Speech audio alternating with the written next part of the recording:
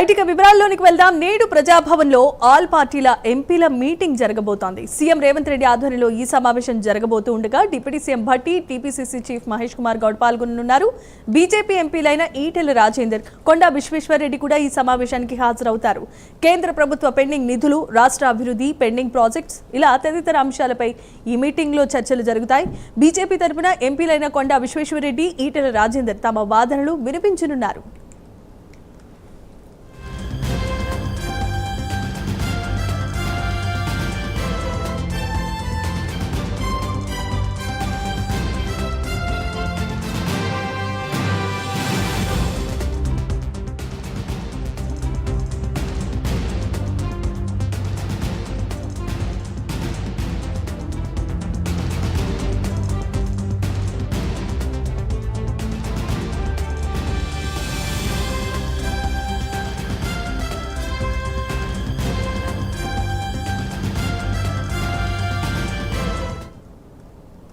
Right ఇక నేడు ప్రజాభవన్లో all party ఎంపీల మీటింగ్ జరగబోతోంది. సీఎం రేవంత్ ఆధ్వర్యంలో ఈ సమావేశాన్ని ఏర్పాటు చేయగా deputy CM Bhatti, TPCC chief Mahesh Kumar Goud పాల్గొంటారు. అలాగే బీజేపీ ఎంపీలైన ఈటెల రాజేందర్, కొండా విశ్వేశ్వరరెడ్డి కూడా సమావేశానికి హాజరై కేంద్ర ప్రభుత్వ పెండింగ్ నిధులు, రాష్ట్ర అభివృద్ధి, పెండింగ్ ప్రాజెక్ట్స్ తదితర అంశాలపై మీటింగ్లో చర్చిస్తారు. ఇదే అంశానికి సంబంధించి మరిన్ని అప్డేట్స్ ను మా కరెస్పాండెంట్ అజీం అందించడానికి సిద్ధంగా ఉన్నారు. అజీం, చెప్పండి. ఈ నెల 20 నుండి వర్షాకాల పార్లమెంట్ సమావేశాలు ప్రారంభం కాబోతున్నాయి. ఈ నేపథ్యంలో ఈరోజు ప్రజాభవన్లో సీఎం రేవంత్ రెడ్డి ఆధ్వర్యంలో ఆల్ పార్టీ ఎంపీలకు సంబంధించినటువంటి సమావేశాన్ని ఏర్పాటు చేశారు. ఈ సమావేశం మధ్యాహ్నం 3 గంటలకు ప్రారంభమవుతుంది. ఇప్పుడే డిప్యూటీ సీఎం బట్టి విక్రమార్క అన్ని పార్టీలకు సంబంధించినటువంటి ఎంపీలను, అంటే బీఆర్ఎస్ పార్టీకి సంబంధించినటువంటి రాజ్యసభ సభ్యులు 3 ఉన్నారు. అలాగే అటు బీజేపీ నుంచి 8 మంది ఎంపీలు ఉన్నారు. అందులో కేంద్ర మంత్రులు కూడా 2 ఉన్నారు. వీరందరికీ కూడా ఆహ్వానం ఇప్పటికే డిప్యూటీ సీఎం బట్టి విక్రమార్క పంపించడం కూడా జరిగింది. సో ఈ రోజు ఈ సమావేశానికి బీజేపీ నుంచి కొండా విశ్వేశ్వరరెడ్డి, అలాగే ఈటెల రాజేందర్ ఇద్దరు హాజరవుతారని చెప్పి కూడా ఏదైతే ప్రచారం జరుగుతుంది. మరోవైపు అటు బండి సంజయ్, కిషన్ రెడ్డిలు కూడా కేంద్ర మంత్రులుగా ఉన్నారు కాబట్టి ఈ సమావేశానికి వచ్చినట్టయితే కేంద్రంతో చర్చించిన అంశాలపై చాలా సులువుగా ఉంటుంది కాబట్టి నిధులు తీసుకురావడానికి కూడా ఆస్కారం ఉంటుందని చెప్పి ఒకవైపు చర్చ జరుగుతుంది. కానీ వారిద్దరు హాజరవుతారా లేదా అనే దానిపై క్లారిటీ లేదు. కానీ బీజేపీ నుంచి కొండా విశ్వేశ్వరరెడ్డి, అలాగే ఎంపీగా ఉన్నటువంటి ఈటెల రాజేందర్ ఇద్దరు కూడా ఈ సమావేశానికి హాజరవుతారని తెలుస్తుంది. ఇక బీఆర్ఎస్ నుంచి ఎవరు హాజరవుతారన్నది కూడా చూడాల్సి ఉంటుంది. ఇక ఎంఐఎం నుంచి అసదుద్దీన్ ఓవైసీ కూడా ఈ సమావేశానికి హాజరు కానట్టు కూడా తెలుస్తుంది. సో ప్రధానంగా ఈ వర్షాకాల సమావేశంలో తెలంగాణ రాష్ట్రానికి రావాల్సినటువంటి నిధులు రాబట్టేటువంటి అంశంపైన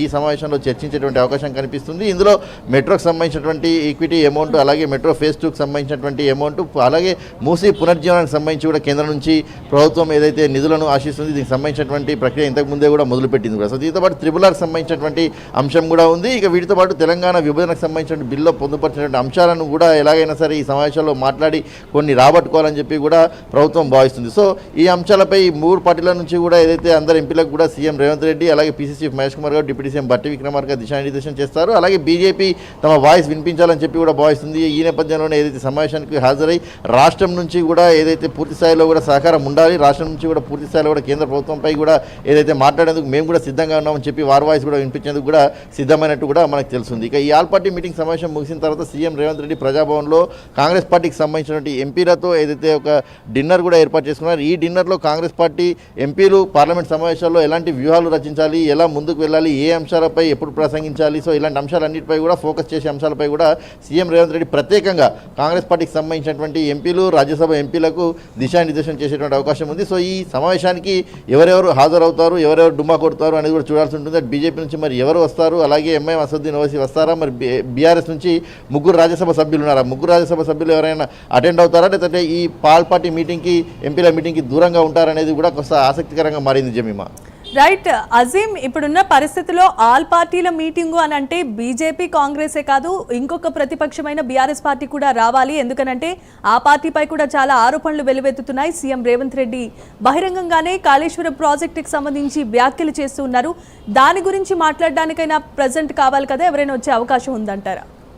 బీఆర్ఎస్ నుంచి అయితే ఇప్పటికీ ఎలాంటి క్లారిటీ లేదు. అయితే మనం పార్లమెంట్లో చూసుకున్నట్టయితే బీఆర్ఎస్కి ఒక్క ఎంపీ కూడా గెలవలేదు గత పార్లమెంట్ ఎన్నికల్లో. సో కేవలం 3 రాజ్యసభ సభ్యులు మాత్రమే బీఆర్ఎస్లో ఉన్నారు. సార్ 3 రాజ్యసభ సభ్యులు కూడా వస్తారా లేదా అనేది ఇంకా అయితే బీఆర్ఎస్ నుంచి ఎలాంటి అధికారిక ప్రకటన అయితే ఇప్పటివరకు కూడా రాలేదు. అయితే మీరు చెప్పినట్టు ఖచ్చితంగా బీఆర్ఎస్ గత 10 ఏళ్ళు కూడా రాష్ట్రంలో అధికారంలో ఉంది. ఎంపీలు కూడా అటు బీజేపీతో సహకరించుకుంటూ వెళ్ళినటువంటి సందర్భాలు ఉన్నాయి. కాబట్టి ఖచ్చితంగా బీఆర్ఎస్ కూడా వచ్చి రాష్ట్రానికి ఏం చేశాము, రాష్ట్రం కోసం ఒకవేళ కాంగ్రెస్ ప్రభుత్వం ఏం చేయబోతుంది, చేసేదానికి మేము మేము ఏ మేరకు సహకరిస్తాము, అలాగే బీఆర్ఎస్ పార్టీకి సంబంధించినటువంటి డిమాండ్స్ ఏవైతే ఉన్నాయో రాష్ట్రానికి ఈ అంశాలపై కాంగ్రెస్ పార్టీ కూడా ఖచ్చితంగా పార్లమెంట్లో చర్చించాలి, మాట్లాడాల్సిన అవసరం ఉందని చెప్పి వారి వాయిస్ కూడా వినిపించాల్సిన అవసరం ఉంది. ఎందుకంటే కాళేశ్వరంపై ఇప్పటికే పెద్ద ఎత్తున అవినీతి జరిగింది, ఏటీఎంలో మారిందని చెప్పి అటు బీజేపీ కూడా అటు బీఆర్ఎస్ని విమర్శిస్తుంది, వేల కోట్ల అవినీతి జరిగింది బీఆర్ఎస్లో అని చెప్పి కూడా ఇటు కాంగ్రెస్ పార్టీ కూడా విమర్శిస్తుంది. వీటితో పాటు మెట్రోకి సంబంధించిన అంశం కావచ్చు, అలాగే రాష్ట్రానికి రావాల్సిన మూసి పునర్జీవనం నిధులు, త్రిపులార్కి సంబంధించిన నిధులు, అలాగే తెలంగాణ విభజనలో పొందుపరిచినటువంటి అంశాలు ఏవైతే ఉన్నాయో గత 10 ఏళ్ళు కూడా బీఆర్ఎస్లో ఉన్నప్పుడు కొన్ని ఇంకా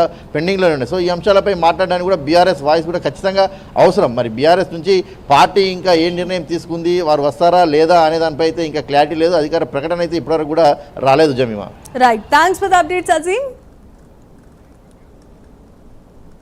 ఖమ్మం జిల్లా ఎన్కూరులో తూర్తి తెలంగాణపేటలో మిషన్ భగీరథ వైపు లీక్ అయి మరొక 2